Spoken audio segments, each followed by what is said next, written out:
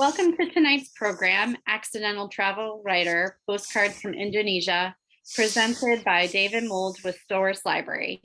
My name is Lindsay. I'm a library assistant with Storrs Library, and I'll be helping to moderate the program tonight.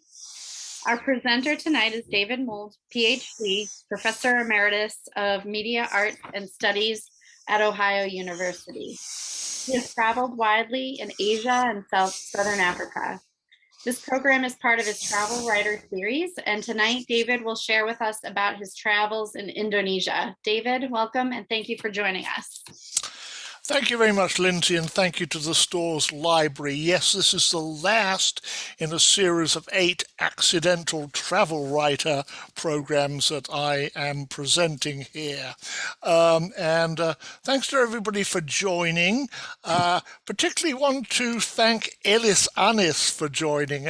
Elis is in Indonesia, a former grad student of mine who actually emailed me today, and it's 5:30 in Jakarta or Jogja, wherever she is in Indonesia. So thank you, Elis, for getting up. And she actually sent me a few pictures, one of which I'm going to incorporate in tonight's program. So welcome, everybody. Let me share my screen here. All right.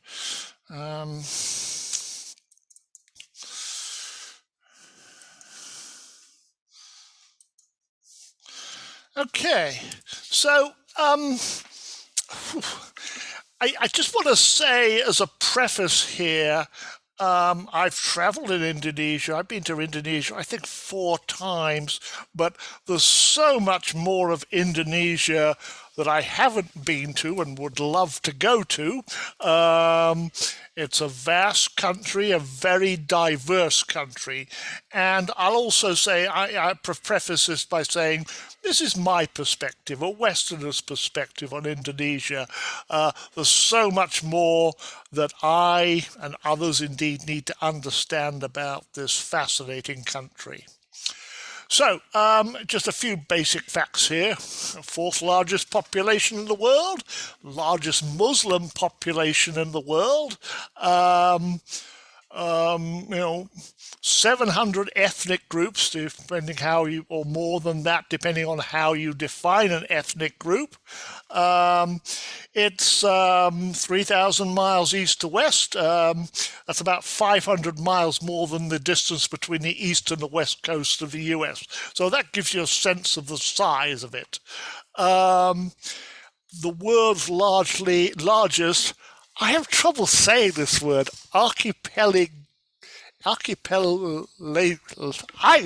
world's largest archipelago. Okay, why do I have trouble with that word? I'm not sure. Islands range from the really large ones, such as Borneo, the Indonesian part of it is called Kalimantan, and Sumatra, huge islands, to tiny uninhabited islets. How many islands are there in Indonesia? That's a really interesting question, by the way. Nobody knows for sure. Somewhere between 13,000 and 17,000. We'll sort of explore that issue a little bit later. So we're going to start on the northwest tip of Sumatra. The large island in the west of Indonesia. And we're going to start at Banda Aceh, ground zero for the 2004 tsunami. I don't know if some of you remember watching on television. I was actually in France at the time. My wife and I were visiting my sister, and we were watching kind of over the Christmas period the results of the tsunami. I came to Banda Aceh 4 years later. I was accompanying a group of American journalists who were on a US government-funded professional exchange program with Indonesian journalists, 3 of whom were based in the province of Aceh in the northwest of Sumatra. And it was really astonishing. I mean, the picture here is from the time showing the destruction, but we were standing on this tropical beach watching the palm palm trees wave in the wind, looking at the sunset over the Indian Ocean. I mean, it's really hard to imagine this very idyllic place had been a scene of such death and destruction. The tsunami is triggered by the world's second largest recorded earthquake at the time, estimated at between 9.1 and 9.3 on the Richter scale. That is huge. Epicenter somewhere off the west coast of Sumatra. And the death toll kept mounting as emergency services reached communities cut off because the roads and communication lines were destroyed. Estimated about 17,000 people in the province of Aceh died or disappeared. And I say disappeared, their bodies were swept out to sea by the tsunami. One of the people in our group, a guy called Dendi Montgomery, was there in Banda Aceh. He's a freelance journalist and videographer when this happened. And I just wanted to read some quotes, a little interview I did with him. He also gave other interviews as well. So he was, about 8 o'clock in the morning, he was out on the streets with his camera shooting the earthquake damage. I heard my wife yelling, "Come on, we need to go, the water's coming." He kept on filming. Good journalist, good video journalist. He'd seen other floods, he wasn't too worried. Then I saw the first water coming from behind the Grand Mosque. It was maybe 5 to 6 meters high. A few seconds later, another higher wall of water. He jumped into his jeep with his wife, with other survivors packed inside and literally hanging on the outside of the jeep. They sped off. Somehow he found his mother and younger brother on the street. His car was one of the last to get out before the waves swept through that area. He lost members of his extended family, killed or disappeared. And he's told me it was more than a year before he even dared to go back to the beach. It was such a devastating experience. And later he did this interview with Sky News where he said, "I'm still really shaky. I'm yelling as loud as I can. I'm not scared anymore." And then this rather moving phrase, it was as if all my family was going to Mecca in one big group and never coming back. This was devastating for him and for so many others as well who lost family members. So in Banda Aceh, it was pretty much destroyed, and the fishing fleet was swept away. It was a big fishing port. Most of the boats were destroyed, but then, there were a few that got stuck on buildings when they were kind of swept back. And they left this one kind of where it was still standing, a kind of a stark memorial to the lives it saved. The story goes that when it ended up sort of wedged on the roof of these houses, about 60 people got on board, and they prayed as the boat, which had taken on water, wobbled on its perch. So you got to remember the water's pretty high at this point. Stranded for 7 hours until the waters receded. All around them, buildings were collapsing, people, animals, vehicles, market stalls were being swept away. And 2 miles inland, think about it, 2 miles inland, this ship ended up. This is called the Apung 1. It was a power generating ship owned by the local electrical company, and it crashed down on 2 houses, killing the inhabitants. Today it's a tourist site where people come, and postcard and souvenir sellers around, and you can climb up the gangplanks to the top deck and get a rather fine view of the city. It's still mostly intact, but gives you a sense of how devastating the tsunami was. So, except for a few boats on houses and stuff, Banda Aceh has been pretty much rebuilt. A lot of money came in from the Indonesian government and from overseas to transform the city. So it's a neat and tidy city now with schools and mosques and hospitals and government buildings. well-maintained roads. I mean, it looks like a prosperous place, okay? Rather quickly transformed to some sense of normality, but there's no way that you can erase the memories of what happened December 2004. So, unexpected though it was, that tsunami in 2004 was simply the latest and largest natural disaster to hit a country that, even for its size, experiences more than its fair share of earthquakes, tsunamis, and volcanic eruptions. Most of Indonesia's islands are strung along what's called the Ring of Fire, which is a horseshoe-shaped area of the Pacific Ocean basin stretching from New Zealand to southern Chile. And about 90% of the world's earthquakes occur somewhere along the Ring of Fire, which also contains more than 3/4 of the world's active and dormant volcanoes. Sumatra, the island that where the tsunami hit, has more than its fair share of volcanoes and earthquakes. There are almost 100 volcanoes on the island, 15 of them still active, and it holds the dubious record, this is Krakatoa 1883, for the biggest bang ever recorded, when the island volcano of Krakatoa, which is actually on the Sunda Strait between Sumatra and the island of Java, literally blew its top and sides. There's a really a good book by Simon Winchester, which is probably in the library, about Krakatoa. Estimated more than 36,000 people died, 165 villages destroyed.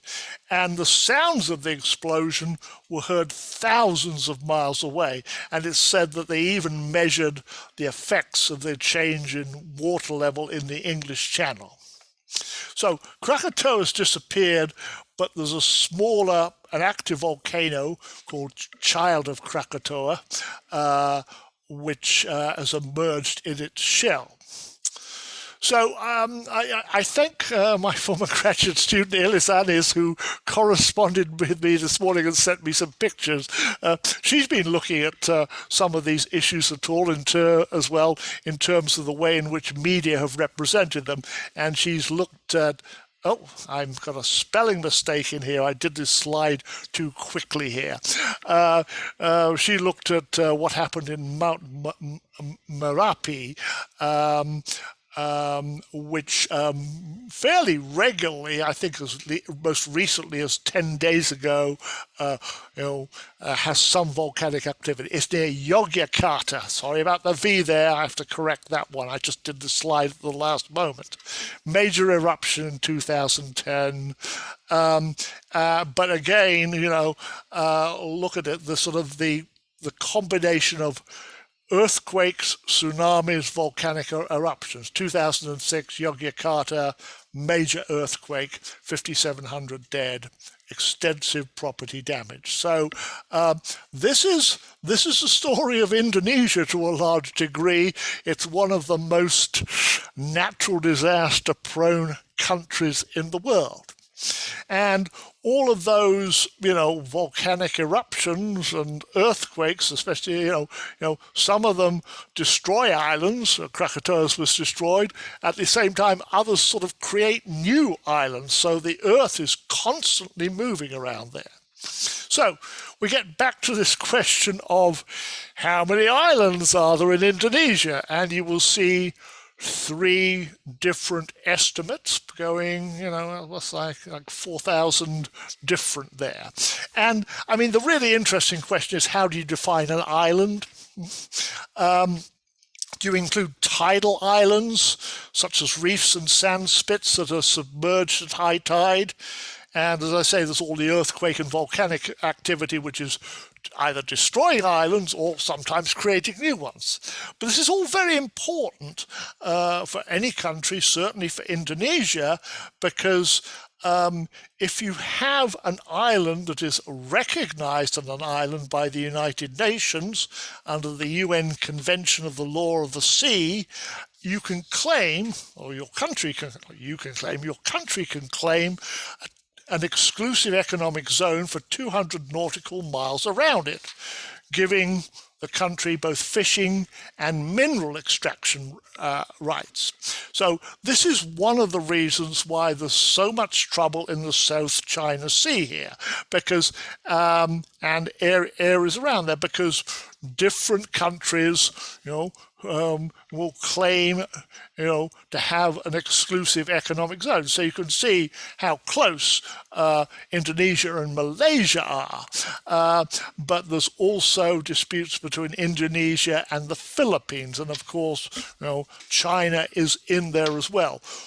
Territorial disputes over the sea. And, it's not the water that's important, it's what is in the water, the fish, but maybe even more important than that, the mineral resources that are on the seabed being claimed by different countries. So, having your island recognized or not recognized, there's going to be major disputes, I think, about this in the next decades here. So, how did Indonesia come to be? I mean, Indonesia, the country today, is not the product of some ancient civilization. It was, and I tend to use this phrase when I talk about colonialism, literally cobbled together by a colonial power, in this case the Dutch. Okay, so from the mid-16th century, the Dutch, the Portuguese, the Spanish and the English were duking it out in this region for control of the East Indies trade and sea routes to China. The spice trade was extremely important, extremely lucrative here. So this is a Dutch East India Company. I'm not going to attempt to pronounce the Dutch word here. And, eventually they gained domination, drove out the Portuguese from the Spice Islands, defeated the British, established a fort and trading post at a place called Batavia, which is now a suburb of the capital, Jakarta. And it's a pretty interesting place to wander around. It's a little run down, but, it's kind of old Amsterdam in the tropics with this wonderful Dutch colonial architecture, canals, just like Amsterdam, and, some sort of classic 17th and 18th century Dutch architecture. The picture at the bottom right there is the Stadhuis, which is the former city hall, which was the headquarters for the Dutch East India Company. It's a cobblestone square. It's sort of kind of easy to imagine how this was a thriving a thriving trading post, 300 years ago, really busy, with the harbour close by. The port here, the old port, which I found absolutely fascinating when I went there, it's called Sunda Kelapa. And the ships here are called pinisi.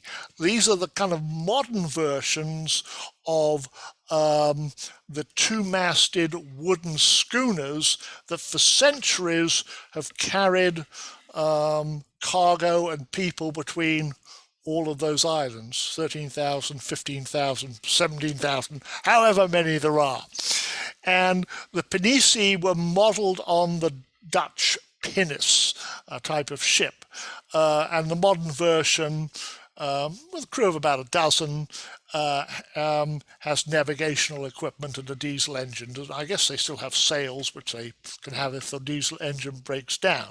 So in the first couple of hundred years with the Dutch East India Company, they were carrying spices and other commodities here. Today, what they do is they bring in mostly hardwoods, which are logged in Kalimantan, Borneo, the large island, or Sulawesi, and they take on cement and sand and building materials. And they're really still important in the inter-island trade because obviously they can get into smaller harbours. And although there are a few small cranes in operation, almost all of the labour on the port, as far as I could see, was done by labourers who, put up wooden planks on their shoulders, carried cement sacks on their backs. So for carrying bulk materials, around the archipelago, the Pinisi are still probably the cheapest and most efficient option. So all this comes back to, the basis of the economy here. The East Indies were the kind of the jewel in the Dutch imperial crown, the largest and richest colony in the empire. And although the East India Company's fortunes declined in the late 18th century, when it lost its monopoly on the spice trade, new commodities, coffee, tea, and sugar, began to dominate exports. And so really since the colonial era, Indonesia's economy has been based on commodities, mineral resources, coal, tin, oil, natural gas, and cash crops, coffee, tea, cocoa, sugar, palm oil, rubber, indigo. In the early 20th century, the Dutch colonial administration, which had kind of been based in Java, the most populous island, began to extend its authority to the rest of the archipelago and encouraged farmers to migrate from Java to some of the less populated islands. And, at the same time, a new middle class was rising here and were educated by the Dutch. And as in many other colonial stories here, the people who were well educated by the Dutch became the leaders of the revolution, the leaders of the revolt against colonialism, the intellectual and political leaders. Everything started to fall apart in terms of Dutch control after World War II. The Japanese had occupied Indonesia, or the Dutch East Indies as it was called then, and very interestingly, they came in, claiming to be one Asian nation liberating another Asian nation. They carried the Indonesian Republic flag together with the Japanese, rising sun flag. It was quite an interesting kind of racial approach to how they took over. After the Japanese were defeated and had to leave, there was a 3-year war between Republican forces and the Dutch military. It's a long and pretty complicated story that I actually explore in more detail in another presentation. Don't have time to get into it now. And the Dutch committed human rights abuses. They were broadly condemned by the international body. In fact, the United States threatened to withhold Marshall Plan rebuilding funds from the Netherlands, until they, ended the war and granted independence. And so independence was eventually granted in 1949. But let's remember, this was the Dutch East Indies, a country that had been cobbled together, and suddenly the Dutch East Indies becomes Indonesia. And the question now is, what do we do now? I'm sorry, I'm simplifying it here. But there's a really good book, and if Lindsay doesn't have it in the library, I'm going to recommend that the Stores Library gets it. It's by Elizabeth Pisani, who worked as a Reuters reporter in Indonesia, traveled all over Indonesia, and wrote a very good book called Indonesia, etc. And I'll explain the etc. in a minute. But, as she points out, the independence leader, Sukarno, was liberating a nation that didn't really exist, imposing a notional unity on a ragbag of islands that only had a veneer of shared history, little common culture. And with the Dutch gone, there was really no common enemy to hold the nation together. And so through its history, less so recently, I would have to say, but through its history, there have been divisions along ethnic, regional, and religious lines, and also some resentment against the Javanese political elite that have kind of dominated politics there. The national motto, not surprisingly, is unity and diversity. And for almost 30 years, the so-called New Order regime kept a pretty tight control on politics and the press. Sukarno's successor, Suharto, fell during the Asian economic crisis of 1998. And since then, Indonesia's been Indonesian politics and society and the media have really opened up quite a bit. But the price for that has been, lack of government control and increasing power given to regions in Indonesia. Many conflicts have arisen over all sorts of issues, including land, environmental issues, mineral resources. So commodities still make up about 60% of the value of exports, which makes Indonesia pretty susceptible to global demand and prices. So when China is buying, Indonesia prospers. When China is not buying, Indonesia may suffer.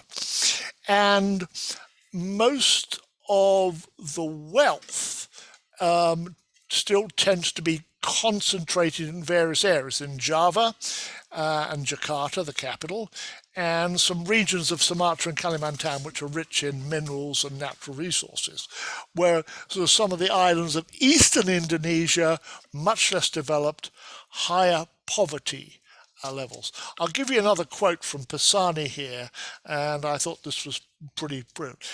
She spent 2 years traveling about 15,000 miles through the country by bus, boat, and motorbike, and she wrote that, quote, "The country's diversity, quote, is not just geographic and cultural. Different groups are essentially living at different points in human history all at the same time." I thought that was very, very well phrased.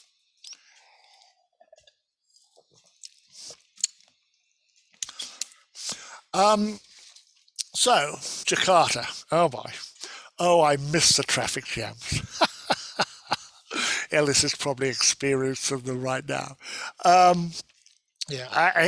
Jakarta is one of those rivals kind of in South and Southeast Asia as to which city has the worst traffic jams, I've been stuck in traffic in Jakarta quite a bit. So it's a large city, and not just the population of the city. A lot of people drive into Jakarta every day for work and then go home. But it's also low-lying, and I've been there when it floods, and some neighborhoods are sinking. So, what do you do about this? Well, eventually, in August 2019, the government decided we're going to have to move the capital, or at least we're going to move the government part of the capital. Jakarta will remain the commercial capital, and they're going to move it to Kalimantan. And we'll look at that in a moment here. It's expensive to move a capital, but there's an argument here also that it will sort of relieve pressure, but also put the political capital nearer the center of the archipelago, because again, these issues of national unity become really, really pressing for Indonesia. So this is where they're going to go.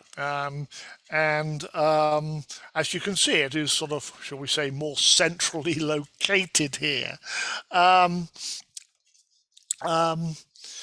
Java, the island of Java has about 60% of the country's population. I mean, it's a large island, but not the largest island. By contrast, Kalimantan, Borneo on this map, is 4 times as large as Java, but more sparsely populated. The big argument, I think, now is from environmentalists who say that the move is going to threaten the tropical rainforest, including the orangutans there. And in Kalimantan, unregulated mining and logging have already had an impact. So, as I mentioned, I was traveling on this trip, or on one of the trips, I think four trips to Indonesia, I believe, yeah. I was with journalists, okay? And, we spent quite a bit of time going around some of their television stations. Mostly there were television journalists here. And it was pretty interesting to talk to them about how things had changed since the end of the New Order regime, and the end of sort of central government control. It was, in a sense, it was kind of easier when there was government control because you kind of knew what you could do and knew what you couldn't do. Now everything was a lot murkier here because there were political interests and business interests, corporations that could bring pressure upon you. So it's quite if you're sort of a scholar of media, as I sometimes claim to be, it's a pretty fascinating country to look at as it sort of goes through these transitions as new media, new television networks and new outlets are established here. But it's still pretty dangerous to be a journalist in Indonesia in certain, especially on certain kinds of beats here. And mobs have attacked newspaper offices, destroying equipment and injuring staff. They forced TV radio stations to suspend broadcasting. And so, the result of this is what I would call a degree of self-censorship, where journalists kind of, have a sense of how far they can go on a certain issue. And I like this quote here from one of the people I work with. The enemy's faceless. You don't know who you'll offend when you cover a demonstration. And the other issue, I think, is one of corruption. I mean,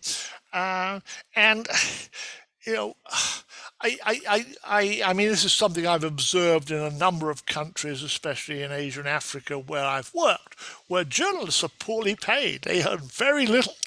And so taking an odd payment here and there helps you put food on the table for the family. Yes, I know it's wrong. I shouldn't be taking a bribe here to cover a story in a certain way, but, it's an economic reality. And there are also, I think, some sort of cultural things here.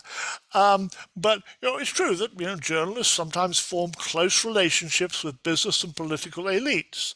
And there is the practice of what's called envelope journalism, and you see the little campaign on the left there, where reporters are paid to present stories with a certain slant, and as they leave, an envelope is passed to them.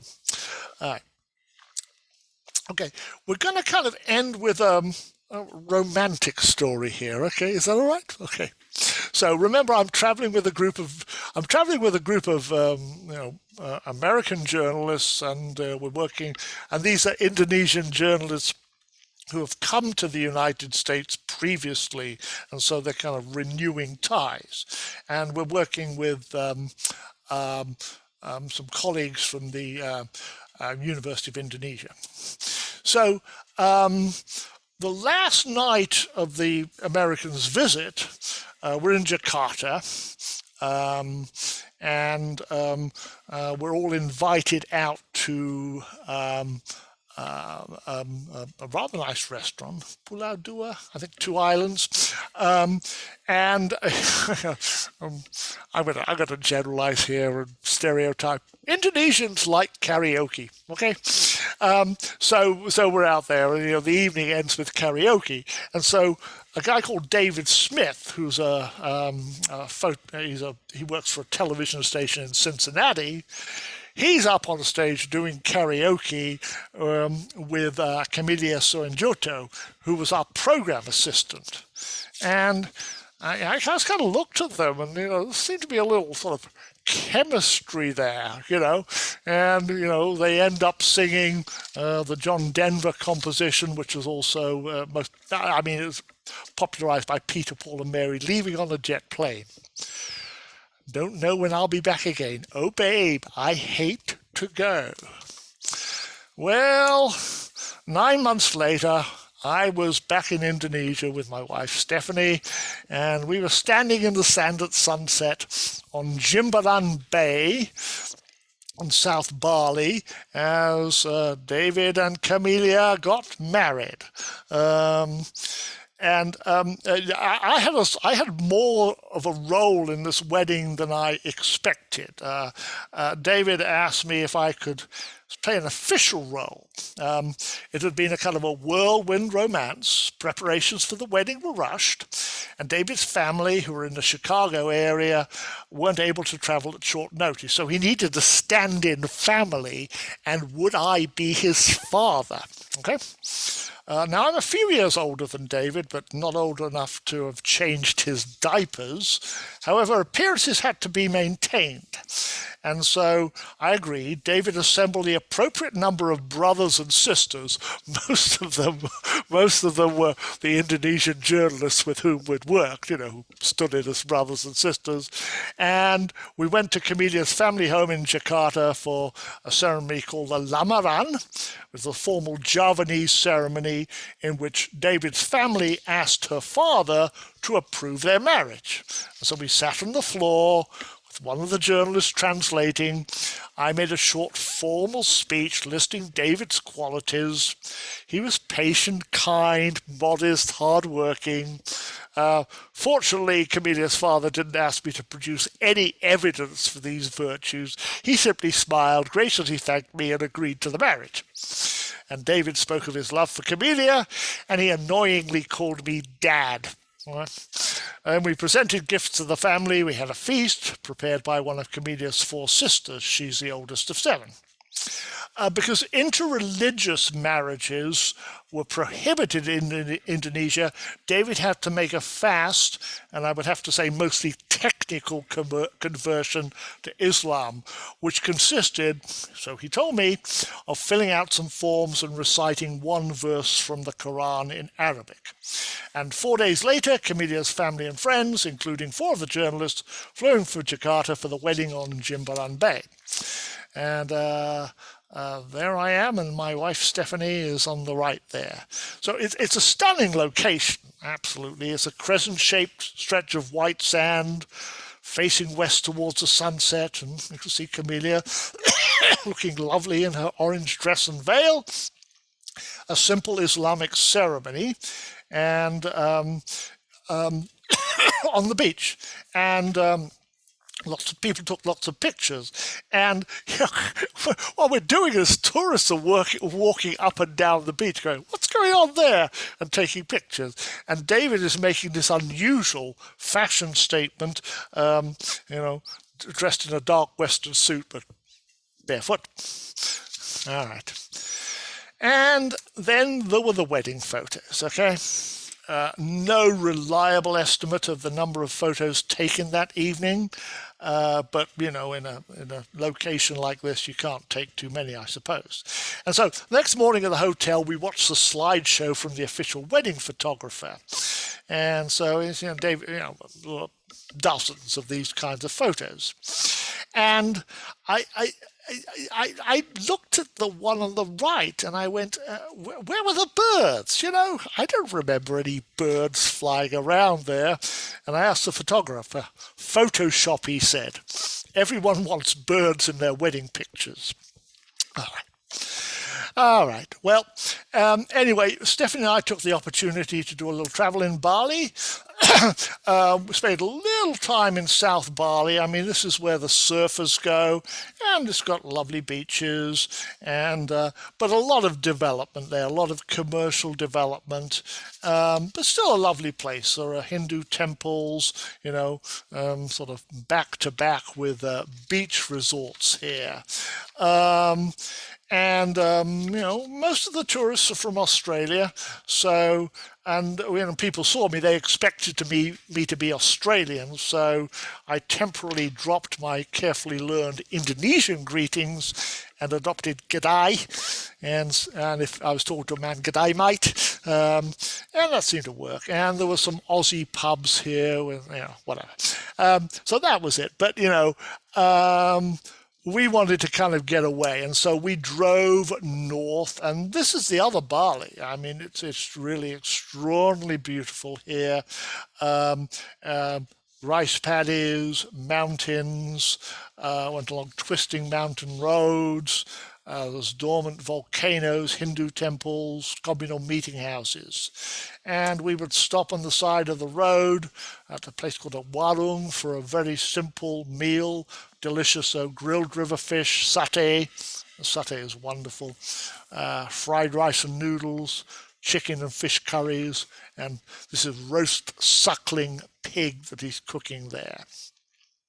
So just to wrap up here, and I come back to Elizabeth Pisani, who, when I was writing about Indonesia, I kept kind of going back to her book because I thought she had some very, very good insights. And as she said, Indonesia is an improbable country, full of contrasts and surprises. And, she quotes, and this is what gave her the title for the book, the Declaration of Independence in 1945. And it's very short.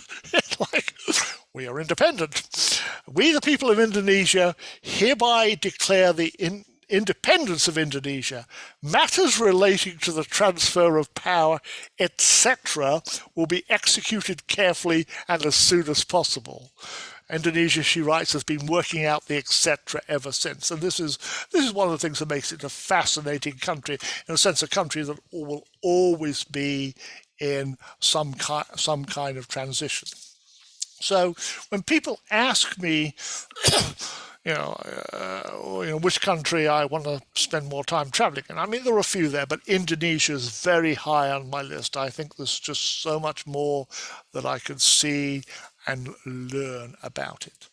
So I'd like to thank you very much. I always sort of slip in little sort of promotions for the 3 books that I have written on travel, history and culture, the latest being Postcards from the Borderlands. I think the library's got them all there. But if you're interested, I would be happy to send you an autographed copy of one or all of the above there. Anyway, I think we're now open for questions and comments, and I don't know if anybody in the audience has traveled in Indonesia. I would love to hear some of your experiences if you have. Yeah.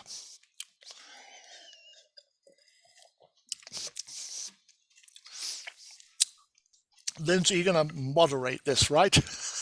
Yes. I shared in the chat the book you mentioned, Indonesia, etc. We have 10 copies in our library catalog if people want to put it on hold. So. Yeah. Okay. Well, highly recommended, and she writes really, really well. Yeah. Helene, do you have a question? Yeah, my husband has a question. Yeah, our light went out, I guess. You can ask the question. Hello. Hello. Many years ago, East Timor had a dispute with Indonesia, and finally Indonesia agreed to some modicum of independence for East Timor. I don't know how much independence, but is East Timor a sovereign country, or is it still under the thumb of Indonesia? it's a sovereign country. Um, um, I mean, Indonesia fought hard against independence for East Timor. Like any other country, it didn't want to lose something that it thought was part of its, part of its country. But East Timor is now, I mean, as a member of the United Nations, it's a country. Now, that said, I mean, just looking at the geography here, it's economically very tied. It has to be very tied to the rest of Indonesia.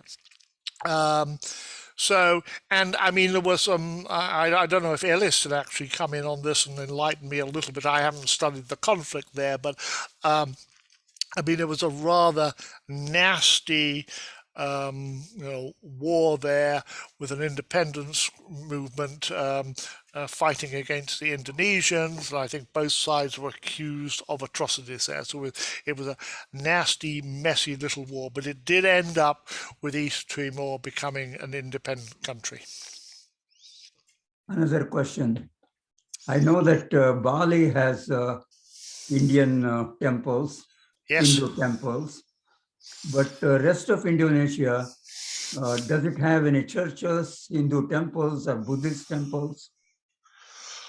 Sorry. I can't give you precise numbers there, but I mean there are Hindus and Buddhists, throughout Indonesia. I mean, Bali, I think, is the place where you would see most of the Hindus. Now, did you ask about Christians as well? Yeah, Christian. Yeah, yeah. There are Christian churches of various denominations, and some of the conflicts in Indonesia have been labeled as religious conflicts. Now, I want to sort of be a little careful what I say here. I mean, in areas like Sulawesi, it's been claimed that, Muslims and Christians are fighting each other and mosques and churches are burned. Well, I think that's perhaps an oversimplification there, because a lot of these disputes tend to be about land and natural resources and political power, and religion is the label that is put on them. They're classified as a religious conflict. I mean, people use religion to try to, gain strength there. So religion's a bit of, I'm not saying there aren't religious differences, but I mean, I think religion is sometimes a cover for, economic and political conflicts that really should not be classified as religious. Most of these conflicts have, I think, there was a period, I think certainly in the 1990s into 2000s, and there's still a conflict in a region called Irian Jaya, which is the Indonesian part of New Guinea. Papua New Guinea is the eastern part, and the western part is Indonesian, and there's a kind of an independence movement going on there. So there's still conflicts going on in Indonesia at various levels there. Some of them were labeled religious. I think, as I said, that was an oversimplification. I've got to tell you one little story here about one of the journalists I worked with. And he told me the story about how he covered. I'm just trying to remember where he was. I think it was certainly in eastern Indonesia, maybe in Sulawesi. And he said that, he carried two identity cards, to cover the conflict. One identified him as a Muslim, the other identified him as a Christian. So he was able to cover both sides. Thank you. Oh, sure. Thank you. Thanks for the good question. I have a question. You said there were a myriad of languages spoken in all the islands and archipelagos. Is there there must be an official language? And my second question is, do you know how many or what percentage of the population speaks that official language? Well, the official language is Bahasa Indonesia. I honestly don't know, Susan. I would imagine that. Let me, if I could draw a comparison here, and again, Ellis, if you've got any insights on this, please come in and help me here. We do have an Indonesian on this call.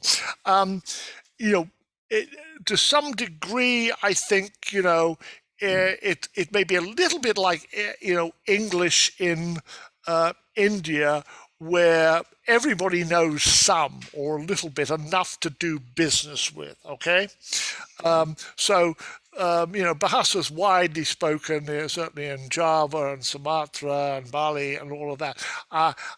In other areas, there will be local dialects, but people will know enough of the official language to get by, because they've got to deal with the government and they've got to deal with the medical services, and they've got to deal with daily life. So their literacy level may vary, and I mean, in the more remote areas, I think if you get into some remote areas in Irian Jaya in New Guinea, then maybe where there are lots of languages spoken, I understand, then fewer people would know much. But I mean, anybody who has to kind of deal with government or commerce, which is kind of everybody, I suppose, has to have at least some facility in the language. Ellis, I would love to hear your perspective on this if you want to open your mic. Thank you. I myself didn't have the number of language, but yes, the official language is Bahasa Indonesia. But we are kind of like, there are just so many ethnicity in Indonesia, and every ethnic has their own language. And even like, for example, I'm from Java. The way I speak Javanese, I'm from Yogyakarta, is pretty much different with the way the East Java people speak. So, and like people in the eastern part of Indonesia, we also have just so many kind of the ethnic language. I'm sorry that I don't have the number right now, but that's like the general pictures of the language. And if I may say also, I would like to respond to Helena questions about the temples and so forth. I had chance to travel to Bali and Lombok for the inter-religious photography, something like that. And even like in the church, in the Christian church, what is it called? It's like the ornament is like the temple. So the church in like a Hindu temple. And we also visited Hindu temples where actually they also have a space for Muslims visitor to pray there. And the government itself actually also built like five religious place to pray. So anyone can come there, whether you are in that religion or whether you are friend of other faith. So this is quite nice. And it's also like in Jakarta, for example, the Istiqlal Mosque is just in the front of the church. So and in my city itself, the biggest temples near Yogyakarta is Borobudur, which is the biggest what is it called, Buddhist temple. But yes, David says that in Bali, it's pretty much the Hindu is most people are there. So maybe that's just a little additional information. Thank you. I think that's absolutely fascinating, Alice, that you would have one building or adjacent buildings into which people of different religions can pray. I mean, and I think that kind of shows a sort of a government, but also a kind of a social commitment to stopping religion from being a dividing force in society or being used as a dividing force. And so, yeah, I mean, that seems to be fascinating. Thank you. Yeah, I kind of forgot that you'd done all of those studies on religion. Yeah. I had a question about the languages. when they say myriads of languages, which is said something about 700 languages or something like that. But are they all languages, or most are dialects with no written script?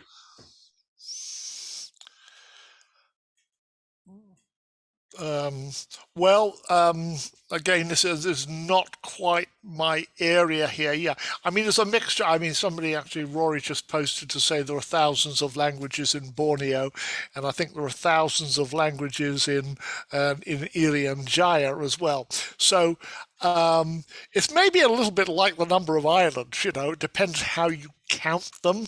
What does it take to become a real language, or how far does the dialect, how far would a dialect need to differ from the main language to be classified as another language? I think it's a fascinating question, and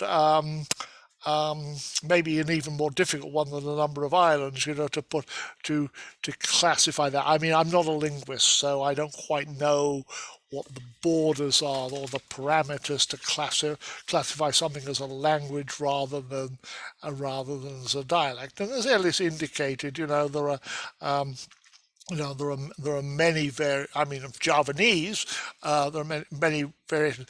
Ellis, can I ask you, how close is Javanese to Bahasa Indonesia? Well, I think mostly we speak Bahasa, but at home, like with my mom, like she always speak Javanese language, but my young generations, like my son, like at school, they are supposed to study Javanese language, and this also happened in West Java. They have to study Sundanese language. But when I asked my son about the Javanese language, he said actually English is, Javanese is difficult compared to English, So it's kind of like, our local language is perceived by the younger generation is more difficult than, they're learning Bahasa or they're learning English. And like anyone, if we ask like, what's the most difficult subject for you? And, like most of them will say that Javanese, So so I mean, my mom and me still speak Javanese, but and my mom also speak also Javanese with my grandchild, but sometimes my grandchild like replay it in Bahasa. So yeah, but among their friends, I think they mostly speak in Bahasa. But with my generation or older, they usually still speak Javanese language. Do people also mix up languages as well? You speak a bit of Bahasa, a bit of Javanese, and a little bit of English in the same sentence.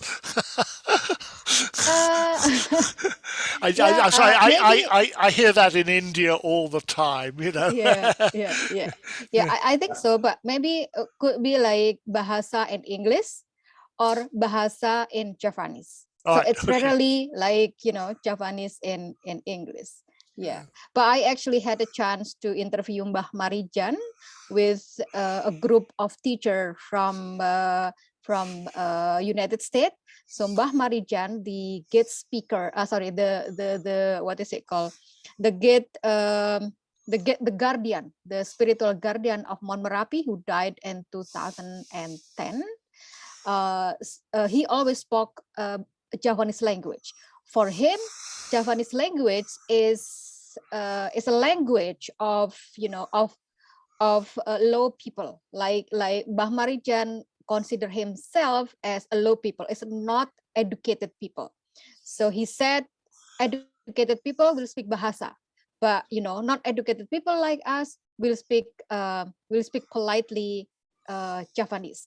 So I translated from Javanese to English for the for the group of teacher from United States.